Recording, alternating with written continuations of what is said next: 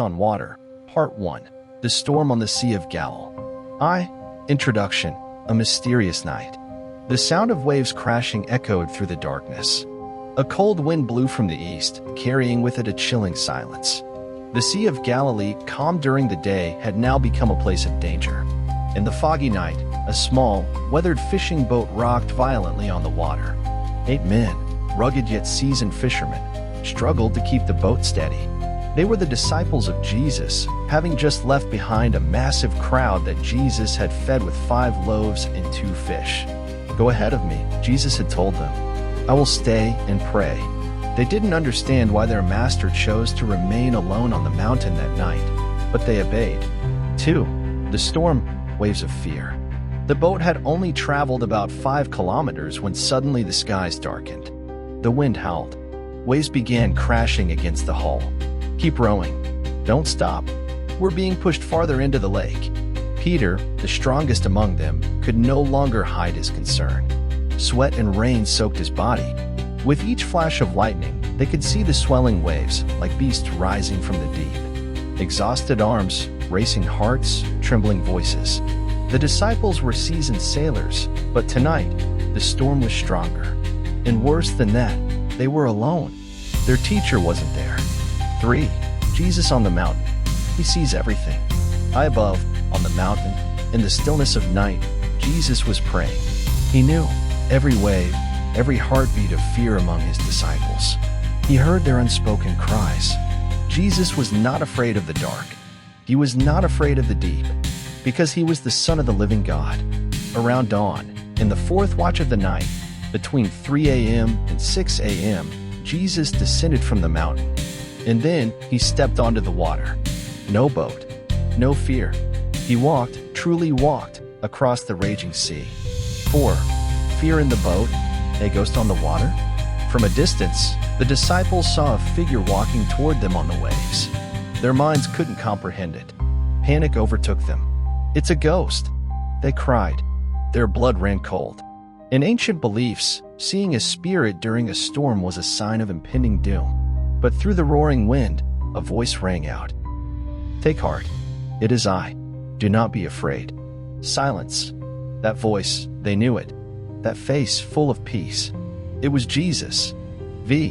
Peter's faith, a step above the waves. Peter, bold and impulsive, called out, "Lord, if it is really you, command me to come to you on the water." Jesus smiled gently. "Come." Peter stepped out of the boat. Miraculously, he did not sink. Water felt like solid ground beneath his feet. He took one step, then another, eyes fixed on Jesus.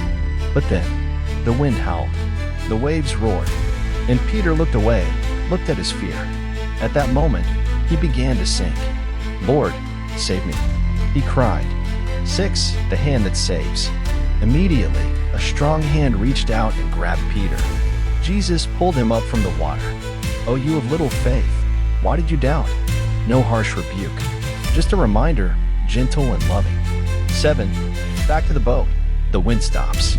Together, they walked back into the boat. And as soon as they entered, the wind ceased. The sea was calm again, as if there had never been a storm. This silence wasn't just peace, it was a divine declaration. The disciples fell to their knees in awe. "Truly, you are the Son of God." 8. End of Part 1. Questions to reflect. The night faded. Morning light broke over the sea. The men sat quietly, deeply moved. They had just witnessed a miracle beyond reason. They weren't just saved from a storm. They were led into a deeper faith that by fixing their eyes on Jesus, they could rise above the impossible. Coming next, Part 2. The hidden meaning behind the miracle. 2.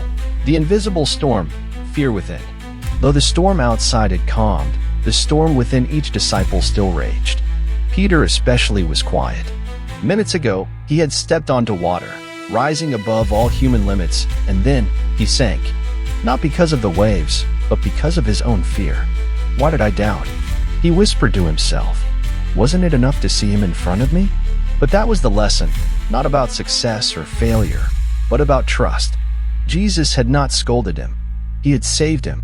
Even when Peter's faith faltered, Jesus remained faithful. 3. Flashback. a journey through faith. Let's pause and step back, because this moment is not just about Peter or the disciples. It's about all of us. The Sea of Galilee becomes a symbol. The boat, our lives. The storm, our struggles. The waves, our fears.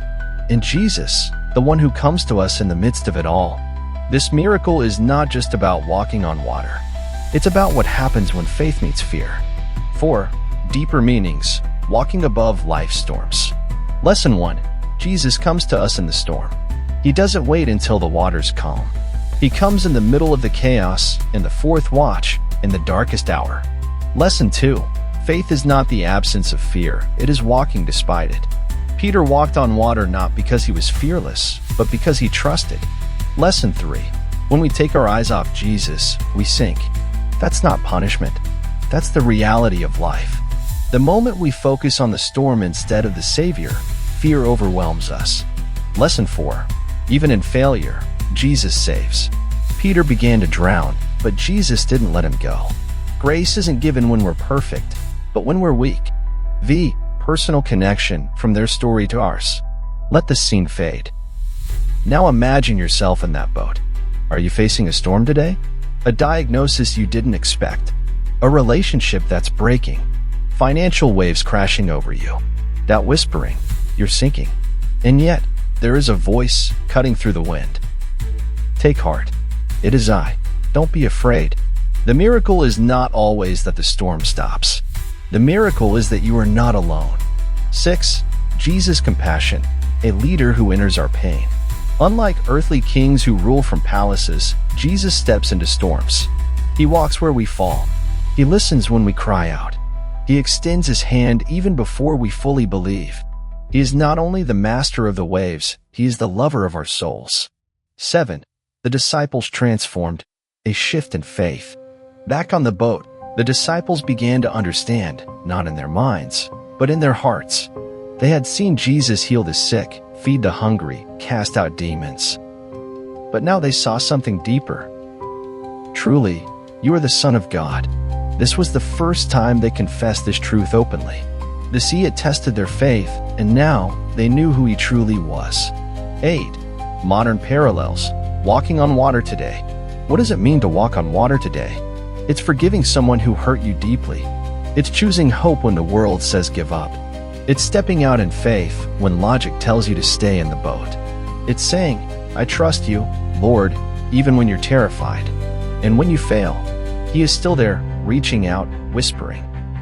Why did you doubt? I'm still here. 9. The return to shore, new strength. The boat reached the other side, but the men who stepped onto the shore were no longer the same. They were not just followers.